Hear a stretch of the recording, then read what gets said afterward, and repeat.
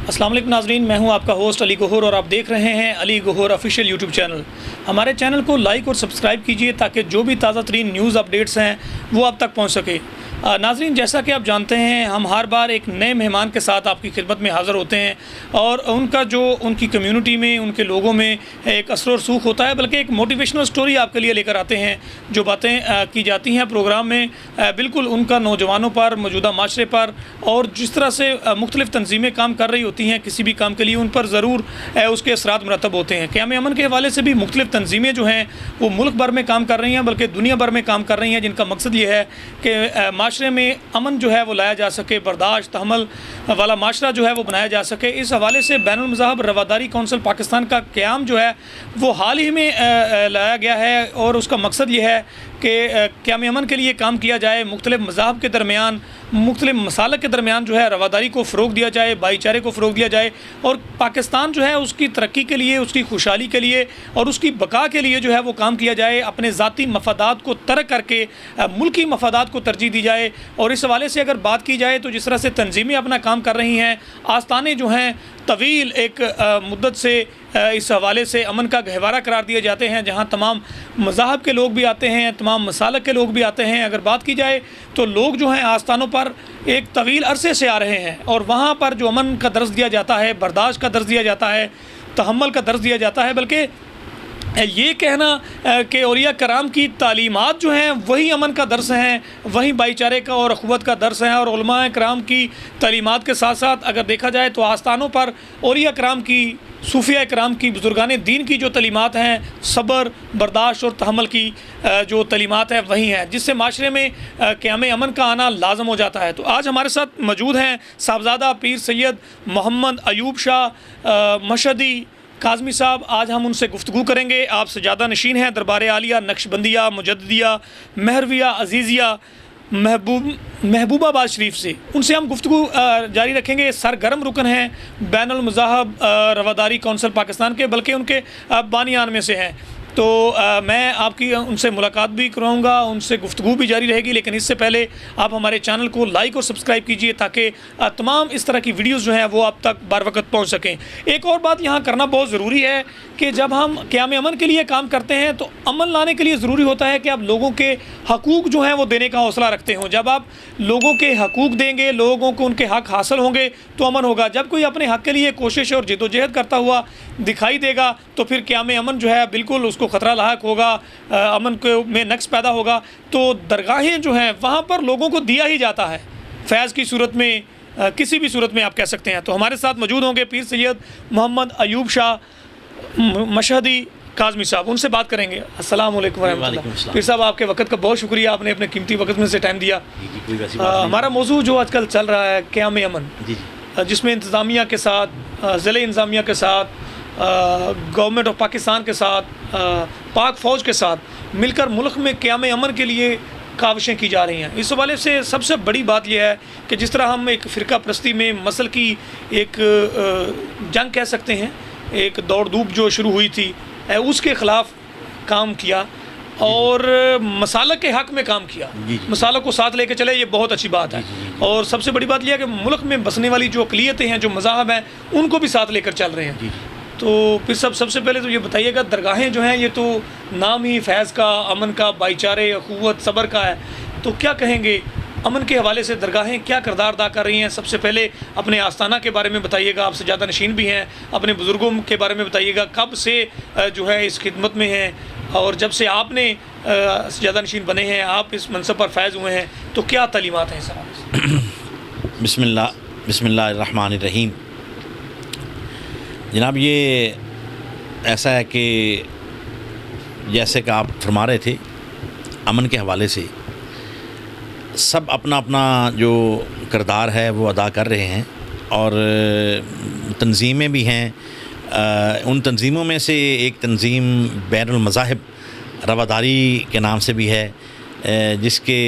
جو ہے وہ جناب ڈاکٹر محمد افتخار نقوی صاحب، جناب علامہ ریاض احمد کھرل صاحب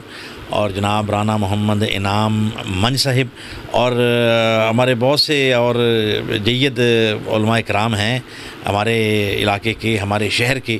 کہ جو اس پہ کام کر رہے ہیں. تو باقی جناب رہ گئی بات کہ جیسا کہ آپ نے فرمایا درگاہوں کے حوالے سے، تو یہ جناب ایسا ہے کہ یہ بتانے کی ضرورت نہیں کہ اگر ہم دور اندیشی سے دیکھیں تو جہاں تک ہماری نظر جائے گی ہمیں آستانوں سے، درگاہوں سے صرف ایک سبق ملتا ہے، ایک درس ملتا ہے کہ ہم نے انسانیت کی قدر کرنی ہے. میں ایک چھوٹی سی بات یہاں ایک کرتا چلوں گا، امید ہے آپ میرے سامعین اتفاق کریں گے کہ دیکھیے آج غیر مذہب لوگ ظاہری طور پہ ہم سے آگے ہیں، ہم کہتے ہیں وہ بڑی ترقی کر گئے. اس کی وجہ یہاں اور وجوہات ہیں، ان میں سے ایک وجہ یہ بھی ہے کہ وہ انسانیت کی قدر کرنا جانتے ہیں. اور اسی طرح ہی ہماری ایک ایسی دنیا کی اور اللہ کے محبوب کریم صلی اللہ علیہ وسلم کہ اللہ کو سب چیزوں سے زیادہ آپ پسند ہیں، آپ کی جو ہے وہ ذات پسند ہے، آپ صلی اللہ علیہ وسلم کی ادائیں پسند ہیں. تو وہ اصل میں وہ جو لوگ ہیں جو ظاہری طور پہ ہم انہیں کہتے ہیں یہ کافر ہیں، انہوں نے یہ چیز بہت زیادہ اپنائی ہوئی ہے کہ وہ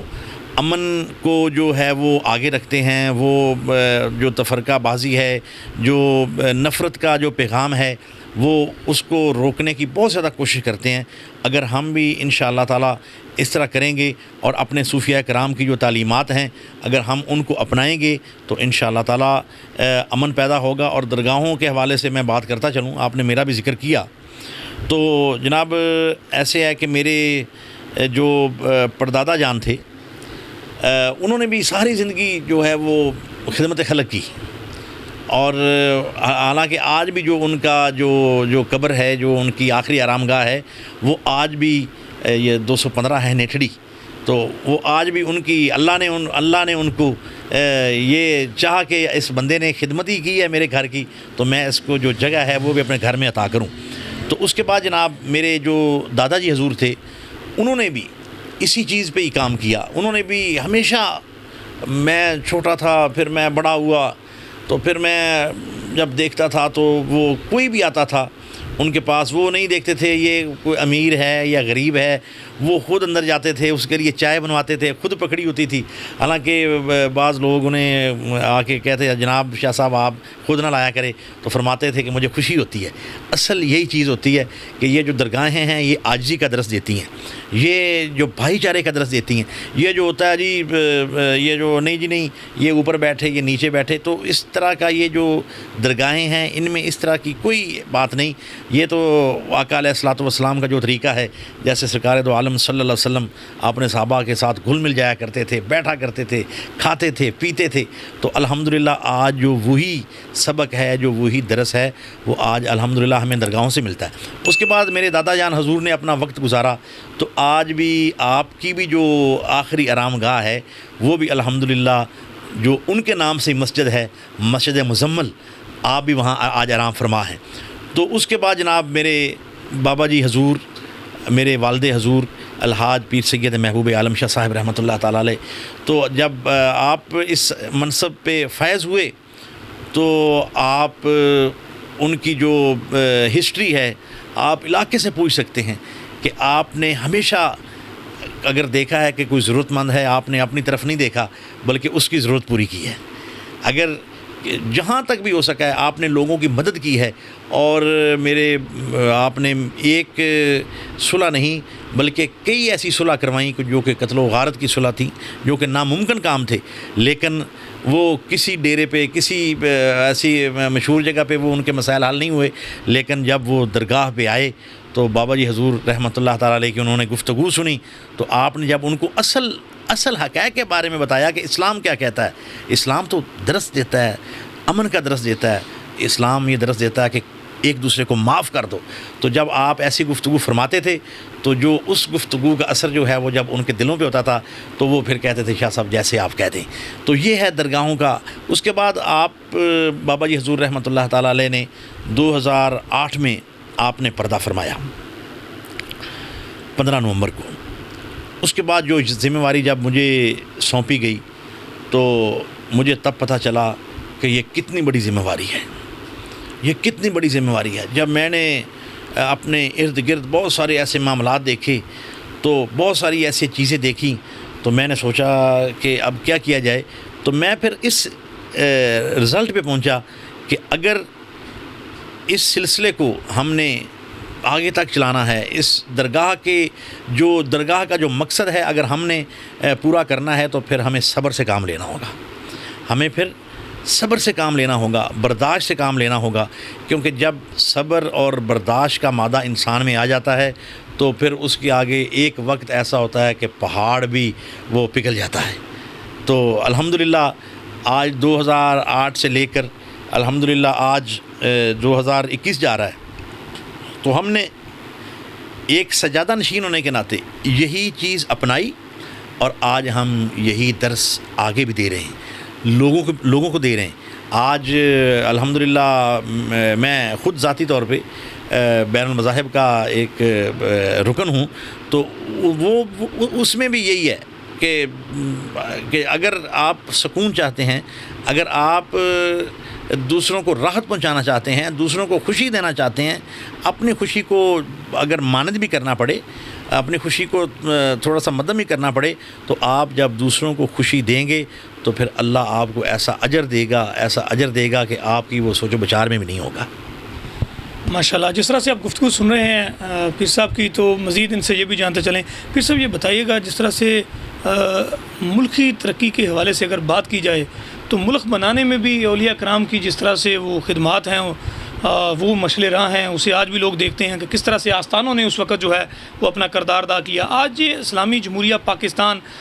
کلمہ لا الہ الا اللہ محمد رسول اللہ پر جو قائم کیا گیا ہے، یہاں مختلف مذاہب کے لوگ ہیں، ہم مختلف مسالک میں بھی یہاں رہتے ہیں، تو اس حوالے سے آستانے کی جانب سے، آستانہ عالیہ کی جانب سے کیا پیغام دیں گے؟ آستانے کی جانب سے کیا پیغام دیں گے؟ چونکہ کافی زیادہ جو آپ کے مریدین ہیں، زائرین ہیں، وہ بھی اس کو سنیں گے،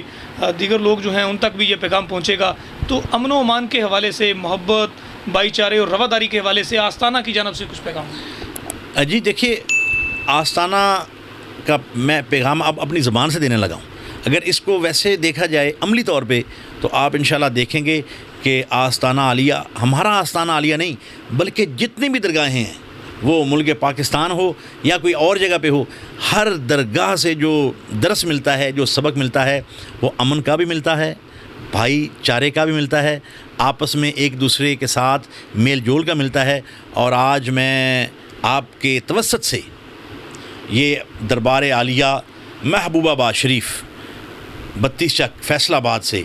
آج یہ میں پیغام دینا چاہوں گا اپنے نوجوانوں کو، اپنے مریدین کو، اپنے ساتھ عقیدت رکھنے والوں کو۔ آج میں تمام اپنے پاکستانیوں کو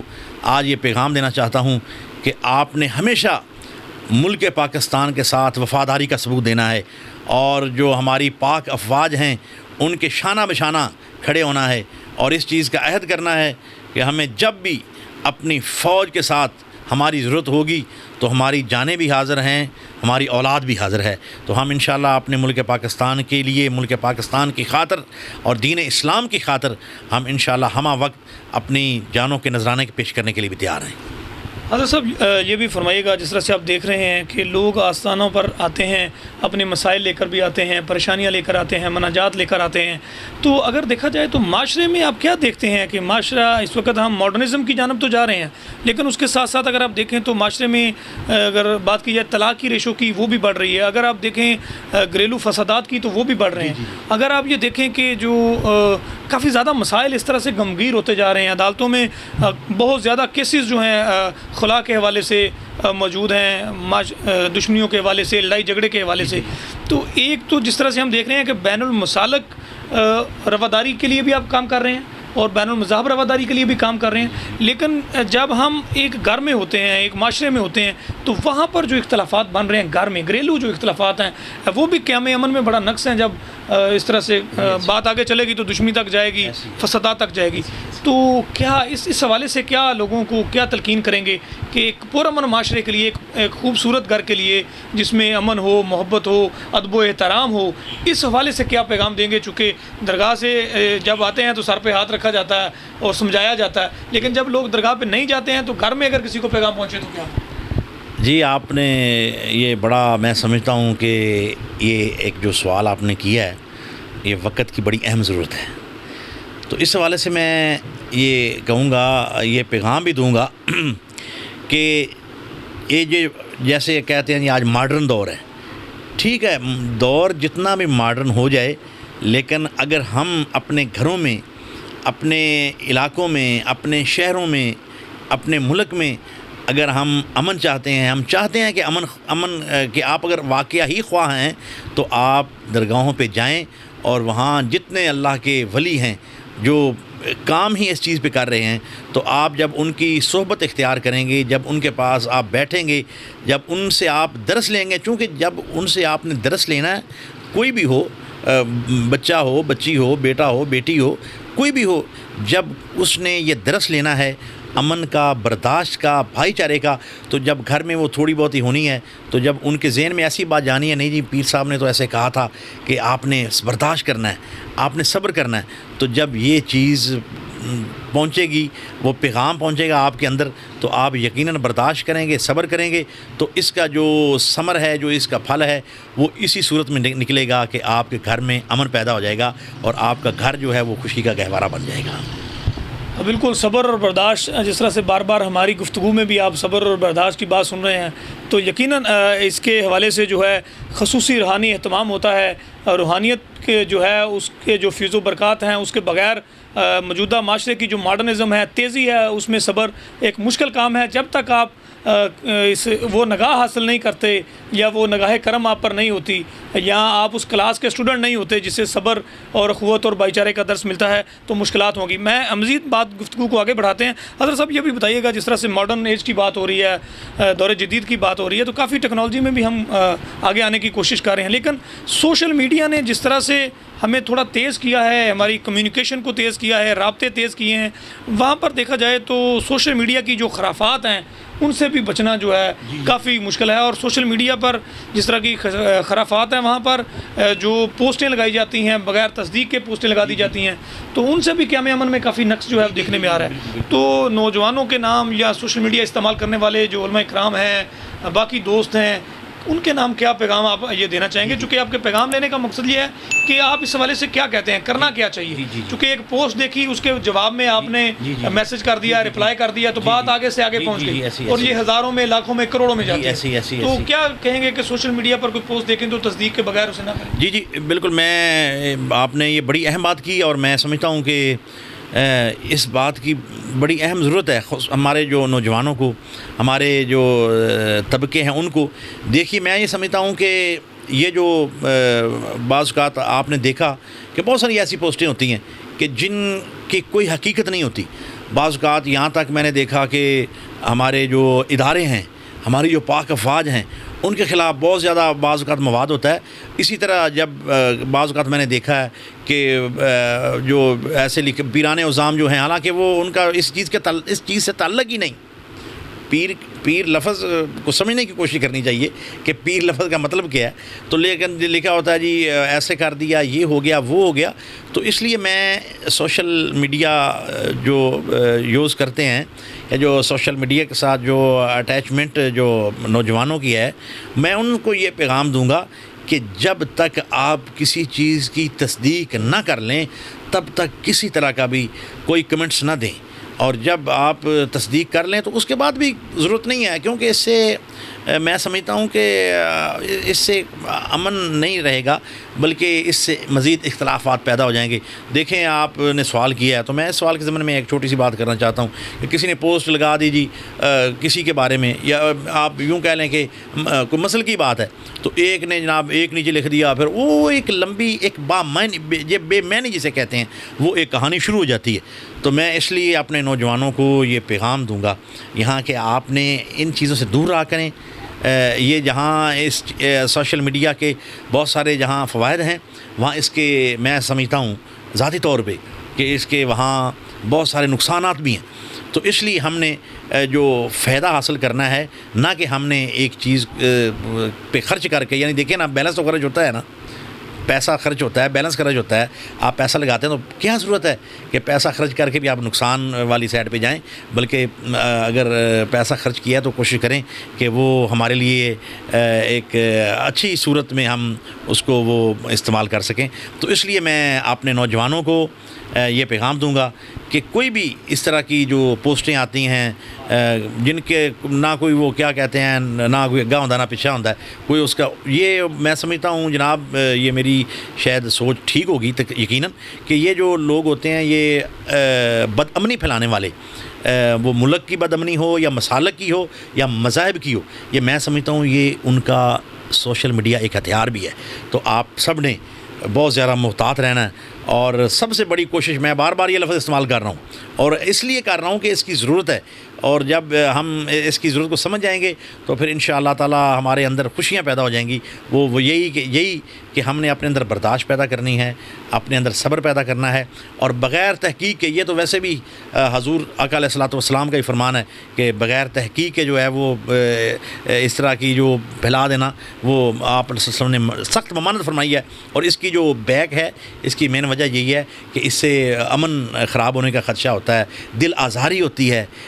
تو اس لیے ہم نے ان چیزوں سے انشاءاللہ بچنے کی کوشش کرنی ہے، اور میں امید کرتا ہوں کہ آپ میرے اس پیغام کو ضرور سراہیں گے بھی، اور اپنے نوجوانوں سے امید کرتا ہوں کہ وہ انشاءاللہ اس پہ عمل کرنے کی بھی پوری کوشش کریں گے. جی بالکل، گفتگو کے سلسلے کو مزید آگے بڑھاتے ہیں. جس طرح سے حضرت صاحب دیکھیں قیام پاکستان کے لیے درگاہوں کا بڑا اس میں کردار ہے، بہت دعا بھی ہے، عملی اقدامات بھی ہیں. تو قیام پاکستان کے بعد سے اب تک پاک فوج نے جس طرح سے پاکستان کے دفاع کے لیے قربانیاں دی ہیں، اور یہ دیکھیں کہ خاص کر مختلف آپریشن ضرب عضب، رد الفساد، دہشت گردی کا جس طرح خاتمہ کیا ہے، جتنی قربانیاں دی ہیں، اس کے بعد بھی کچھ لوگ اپنے سیاسی یا ذاتی مفادات کے لیے ایک عجیب قسم کے پروپیگنڈے جو ہیں وہ دیکھنے میں آئے، جس کی ہم سخت الفاظ میں مذمت بھی کرتے ہیں. اس حوالے سے آپ سے مزید جانیں بھی. دیکھیں جو مرد مجاہد ہیں، جو اس ملک کے دفاع کے لیے، اسلامی جمہوریہ پاکستان کے دفاع کے لیے، ہماری جانوں کے، ہمارے عزت و ناموس کے دفاع کے لیے جو سرحدوں پر پہرے دے رہے ہیں، دشمن سے برسرے پیکار ہیں، دہشت گردی سے برسرے پیکار ہیں. بلکہ آج کل تو یہ پاک فوج کی قربانیوں کا اگر تذکرہ کیا جائے، ان کی خدمات کا، تو جہاں سیلاب آ جائے پاک فوج ہے، زلزلہ آ جائے پاک فوج ہے، کہاں کوئی اور مسئلہ بنایا تو پاک فوج ہے. دیکھیں اتنی زیادہ کاوشوں اور قربانیوں کے بعد ان کی خدمات کو سراہنا چاہیے، سلام پیش کرنا چاہیے، اور ہماری نوجوان نسل کو اس حوالے سے ڈی ٹریک کرنے کی مذموم کوشش، سازشیں جو ہیں وہ کی جا رہی ہیں فارن لابیز کی جانب سے، تو مختلف. تو اس حوالے سے اپنے نوجوانوں کو، اپنی قوم کو، اپنے علماء اکرام کو، اور خاص کر جس طرح بین المذاہب رواداری کونسل پاکستان میں آپ ایک سرگرم رکن ہیں، تو اس حوالے سے کیا ایک وائڈ رینج پیغام ہے کہ کسی صورت بھی ہم اپنی پاک فوج یا اپنی ایجنسیوں کے، اپنے اداروں کے خلاف جو ہے کوئی بات برداشت نہیں کریں گے، چونکہ دشمن جو ہے ہمیں مختلف ہیلوں بہانوں سے ایسا کرنے کی کوشش کر رہا ہے. تو الحمدللہ قوم باشعور، باخبر علماء کرام، مشائخ اعظام موجود ہیں جو قوم کی تربیت کر رہے ہیں. تو کیا کہیں گے اس سوال؟ جی میں دیکھیے، آپ نے بڑی خوبصورت بات کی. میں جناب یہ مختصر لفظوں میں اور واضح لفظوں میں یہی کہوں گا کہ ہمارے جو ملک کی پاک افواج ہیں، ہماری ایجنسیاں ہیں، اگر ہم آج کھلم کھلا عبادتیں کرتے ہیں، ہمارے محافل ہوتی ہیں، ذکر و اذکار ہوتے ہیں، تو آپ یہ سمجھ لیجئے کہ یہ میرے اللہ نے ان کو ہماری حفاظت کے لیے مامور کیا ہے. تو میرا خیال ہے کہ ہمیں پھر جو حفاظت کے لیے، آپ کی حفاظت کے لیے جو ایک پاک فوج کا سپاہی برف پڑ رہی ہے، منفی 45 منفی 50 تک جناب درجہ حرارت ہے، پھر اگر اس کے برعکس ہو جائے تو جناب یہ 50+ تک بھی ایسی پاکستان کی کئی مقامات ہیں کہ جہاں اتنی سخت گرمی میں بھی ایک نوجوان پاک فوج کا، اس نے ہیلمٹ بھی پہنا ہوا ہے، اس نے جناب وہ جیکٹ بھی لگائی ہوئی ہے، اس کے ہاتھ میں گن بھی ہے. تو جناب کتنے افسوس والی بات ہے کہ جو لوگ ہماری ایجنسیز کے خلاف، ہماری پاک فوج کے خلاف اپنی زبان استعمال کرتے ہیں تو میں اس چیز کی ممانت کرتا ہوں، اور میں اپنے علماء کرام کو، اپنی نوجوان نسل کو، ہر طبقے کو، ہر مکاتب فکر کو، اپنے ہر اسٹوڈنٹ کو، وہ مدرسے کا اسٹوڈنٹ ہے یا وہ کسی بھی کالج کا ہے، کسی یونیورسٹی کا اسٹوڈنٹ ہے، تو میں ان سب کو پیغام دیتا ہوں کہ جب پاک فوج کی بات آ جائے تو آپ ایک ہو جایا کریں، کیونکہ ہم انشاءاللہ اپنی افواج کے ساتھ ہیں، ہم اپنی ایجنسیز کے ساتھ ہیں، اور انشاءاللہ پہلے بھی ساتھ تھے اور اب ساتھ ہیں، اور انشاءاللہ ہمیشہ اپنی افواج کے ساتھ رہیں گے۔ ملکی سیاسی حالات کے حوالے سے بھی کچھ گفتگو تھوڑی سی کرتے ہیں۔ اس وقت آپ دیکھ رہے ہیں کہ اظہر صاحب ملک میں جو سیاسی بخار ہے وہ مختلف انداز میں ہے۔ کچھ حکومتی جو عہدیداران ہیں، وزراء ہیں، ان کے جو چاہنے والے ہیں، ان کا انداز گفتگو کچھ اور ہے۔ جو اپوزیشن میں لوگ ہیں جو آن سیٹ نہیں ہیں، ان کے جو چاہنے والے ہیں یا ان کے جو اس وقت اپوزیشن کے لوگ ہیں، ان کا طرز بیان جو ہے وہ بھی اور ہے۔ اور اگر آپ دیکھیں تو ان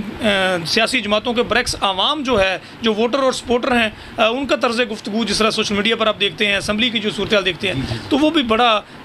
عجیب جا رہا ہے۔ تو آپ کیا اس حوالے سے کیا کہیں گے کہ دیکھیے جو لوگ ملک کو لیڈ کر رہے ہیں، جو حکومت میں وزراء ہیں، دیکھیں رول ماڈل ہونے چاہیے، لوگ چنے ہوئے لوگ ہوتے ہیں، یہ لوگ دیکھیں تعلیم یافتہ سمجھ کے ہم ان کو اچھا سمجھ کے لوگ ووٹ دیتے ہیں اور اپنا رہبر و رہنما سمجھ کے ووٹ دیتے ہیں۔ تو جس طرح مذاہب میں آپ کسی عالم کو آگے لے کے آتے ہیں، تو سجادہ نشینی کے لیے آپ کسی سابق کردار شخصیت کو لے کر آتے ہیں، تو کیا جو اسمبلیوں میں لوگ جس طرح سے ہم آتے ہیں، الیکٹ ہو کے آتے ہیں، لوگ ان کو ووٹ دیتے ہیں، ان سے بڑی توقعات ہوتی ہیں، تو در صاحب جس طرح کی زبان استعمال ہو رہی ہے، جس طرح کی صورتحال دیکھنے میں آ رہی ہے، یہ تو بڑی تشویشناک بات ہے۔ عوام بہت جو ہے نا، صاحب ادراک لوگ جو ہیں وہ بہت پریشان ہے کہ ملک میں یہ لوگ سیاسی جو ہمارا یہ کیا ہو رہا ہے۔ جی دیکھیے نا، میں دیکھتا رہتا ہوں کہ یہ جو ہمارے اسمبلیز کے جو اجلاس ہیں، تو حقیقت بات تو یہ ہے کہ اگر آپ صحیح پوچھیں تو بڑی شرمندگی ہوتی ہے، بعض اوقات شرمندگی اس حوالے سے ہوتی ہے کہ دیکھیے یہ باشعور لوگ، ہم انہیں سمجھ کے، ہم انہیں وہ یعنی سمجھ کے کہ یہ جی ہم سے بہت بہتر ہیں، تو ہم انہیں یہ سمجھ کے جب ووٹ دے کے ان کو ایک مقام پہ لاتے ہیں، ایک سیٹ پہ لاتے ہیں، تو پھر ان کا یہ حق ہے کہ یہ ہمارے لیے ایک رول ماڈل بنے، نہ کہ یہ جو آپس میں دیکھیے اس طرح تو آپ نے دیکھا ہوگا محلوں میں، گاؤں میں، تو اس طرح تو ہم جب وہ کہتے ہیں جی آپس میں لڑ پہ، ہم ایک لفظ ہوتا ہے جی یہ جاہل نہیں، پتہ نہیں۔ اور دیکھیے اگر اسمبلیز میں اگر یہ اس طرح کی حرکت کریں گے تو پھر آپ خود اندازہ لگا لیں تو ان کا جو عوام کی زبان پہ ہے وہ ان کے لیے کیا الفاظ ہوں گے۔ تو میں ان سے بھی گزارش کرتا ہوں، اپنے ایم این اے سے بھی، جو اپوزیشن ہے ان سے بھی، میں ان تک بھی آپ کی وساطت سے یہ پیغام دینا چاہتا ہوں کہ آپ بھی صبر و تحمل کا مظاہرہ کریں، نہ کہ آپ آپس کی انا پہ لڑیں، بلکہ آپ جو ملک کی جو غریب عوام ہیں، وہ ایسے عوام ہیں کہ جن کے بعض ایسے لوگ ہیں کہ جن کے گھر میں ایک وقت کا کھانا نہیں ہے، روٹی نہیں ہے، آپ برائے مہربانی، آپ براہ کرم دیکھیے آپ نے اپنا کافی وقت پورا کر لیا ہے اور کچھ رہ گیا ہے، یہ تو اللہ جانتا ہے کتنا رہ گیا ہے، لیکن میں یہی کہوں گا کہ آپ ان کے لیے ایسا کردار بن جائیں، ایسا کردار ادا کریں تاکہ کل وہ آپ کے لیے پھر آپ کے متمنی ہوں، نہ کہ وہ یہ کہیں جی نہ کل جان چھڑاؤ۔ تو حضرت صاحب آستانہ کے حوالے سے دوبارہ گفتگو کریں گے۔ جشن عید میلاد النبی پر جو ہے خوبصورت تقریب کا اہتمام کیا جاتا ہے، جس میں کافی بڑا جو ہے کیک بھی کاٹا جاتا ہے، تو اس سال کیا پلاننگز ہیں جشن عید میلاد النبی کے حوالے سے؟ کس انداز میں منایا جائے گا اور کیک بھی کاٹا جائے گا؟ تو کیا ہمیں بھی دعوت ہے، باقی دوستوں کو بھی جی انشاءاللہ آپ کو بالکل دعوت ہے، اور باقی جو سامعین ہیں ان کی بھی دعوت ہے، اور انشاءاللہ تیاری پہلے ہی شروع کر دی جاتی ہے وہ سلسلے میں، اس کی جو پلاننگز ہوتی ہیں، کیونکہ بہت بڑا کیک ہوتا ہے، تو پھر وہ تیاری الحمدللہ، تو جب یہ سمجھ لیں کہ جب عید میلاد النبی کا صلی اللہ علیہ وسلم کا کیک کاٹا جاتا ہے تو اس کے بعد یہ جو وہ ذہن میں وہ اس کی تیاری شروع ہو جاتی ہے کہ ہم نے کیسے کرنا ہے، آئندہ سال کیسے کرنا ہے، کتنے لوگوں کو دعوت دینی ہے، کتنا اہتمام کرنا ہے، کتنا انتظام کرنا ہے، تو میں جناب آپ کو بالکل ابھی بھرپور طریقے سے دعوت دے رہا ہوں، اور اپنے جو میرے ساتھی ہیں بین المذاہب کے، بین المسالک کے، میں ان کو بھی دعوت دے رہا ہوں آپ کی وساطت سے کہ وہ انشاءاللہ وہ تیاری رکھیں اور اس تقریب با سعید میں وہ پہنچ کر وہ اپنے قلوب و اذہان کو وہ منور فرمائیں اور وہ تبرک بھی نوش فرمائیں۔ تو حضرت صاحب، امت پر بڑا کٹھن وقت ہے، ایک یقیناً امت مصطفیٰ صلی اللہ علیہ وسلم جو ہے ایک مشکل وقت سے گزر رہا ہے، ایک مشکل دور سے گزر رہی ہے، جس میں ہمیں اپنوں کو سمجھانا پڑ رہا ہے۔ اسلامی ممالک جو ہیں وہ ایک پیج پر نہیں ہیں، ملک میں تمام مسالک جو ہیں، دیکھیں ہم ایک پیج پر آنے کی بات تو کر رہے ہیں، لیکن اللہ کرے کہ ہم ایک پیج پر ہوں۔ جب ہم ایک پیج پر ہوں گے تو بڑی بات ہے، لیکن بہت سارے مسلم ممالک جو ہیں وہ وہاں پر خون ریزیاں جاری ہیں، صہیونی طاغوتی طاقتیں جو ہیں وہاں پر ان کا ظلم و ستم جاری ہے۔ فلسطین پر جس طرح سے آپ نے دیکھا اسرائیل کا ظلم و ستم جاری ہے، کشمیر میں بھارت کا ظلم و ستم جاری ہے، تو امت بڑے مصائب میں ہے۔ کیا دعا فرمائیں گے؟ دعائیہ کلمات کیا ہوں گے؟ کوئی دعا فرمائیے۔ جی آمین۔ اللہم صلی علی سیدنا مولانا محمد وعلی آل سیدنا محمد مبارک وسلم۔ اے میرے اللہ، تو بڑا کریم ہے، بڑا رحیم ہے۔ اللہ اپنے رحیمی کے صدقے، اپنی کریمی کے صدقے اے اللہ ہمارے ملک کے حال پہ رحم فرما دے، اور یا اللہ عالم اسلام پہ رحم فرما دے۔ اے اللہ ملک کشمیر کے، ملک فلسطین کے، اے میرے مولا کریم، اور بہت سارے ایسے ممالک ہیں جہاں مسلمانوں پہ ظلم اٹھائے جا رہے ہیں، اے اللہ ہم تجھی سے درخواست کرتے ہیں، تجھی سے گزارش کرتے ہیں کہ یا اللہ تمام مسلمانوں کے حال پر رحم فرما، اور یا اللہ ایسا وقت لا، ایسی توفیق عطا فرما دے کہ ہم جتنے اسلامی ممالک ہیں وہ ایک پیج پہ ہو جائیں، جیسا کہ اپنے وہ قول ہیں اس طرح کے فعل بھی ہو جائیں، اور ہم ایک ہو جائیں، تاکہ یا اللہ ہماری جو طاقت ہے وہ تیرے نام کی طاقت سے ہماری طاقت بڑھ جائے، اور ملک پاکستان کو یا اللہ خصوص بالخصوص یا اللہ ہمیشہ سلامت رکھنا، اور اس کو جو اسلام کی طاقت ہے، اسلام کی قوت ہے، یا اللہ ہمارے ملک کو سب سے بڑی ہمیشہ قوت پاکستان کو بنانا، ہمارے ملک پہ رحم فرمانا، عالم اسلام پہ رحم فرمانا، اور یا اللہ تمام جو دنیا ہے اس میں یا اللہ امن پیدا فرمانا، کیونکہ یا اللہ ہم امن کے خواہاں ہیں، ہم دنیا کے لیے امن کے خواہاں ہیں۔ میرے مولا کریم ہم سب پہ فضل فرما دے، ہمارے ملک پاکستان کی افواج کو یا اللہ غیبی امداد فرمانا، جو سرحدوں پہ ہمارے جوان پہرے دیتے ہیں، میرے مولا کریم ان کی بھی مدد فرمانا، ان پہ اپنے کرم فرمانا، فضل فرمانا۔ وصلی اللہ تعالیٰ علی خیر خلقہ محمد وعلی آلہ وصحبہ اجمعین برحمتک یا ارحم۔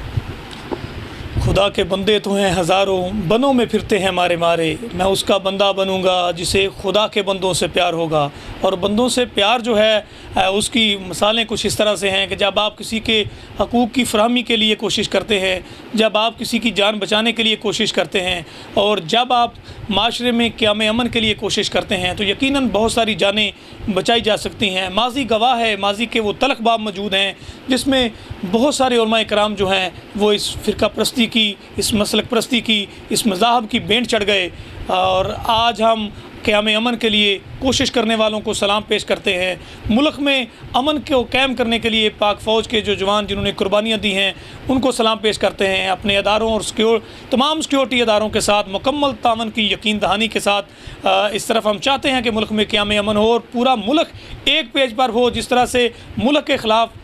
جو بھی سازشیں کی جا رہی ہیں، جو بھی طاقتیں سازشیں کر رہی ہیں، وہ بے نقاب ہوں اور وہ اپنے انجام کو پہنچے، اور یہ عرض پاک جو لا الہ الا اللہ محمد رسول اللہ صلی اللہ علیہ وسلم کے نام پر بنایا گیا ہے، یہ قائم و دائم رہے۔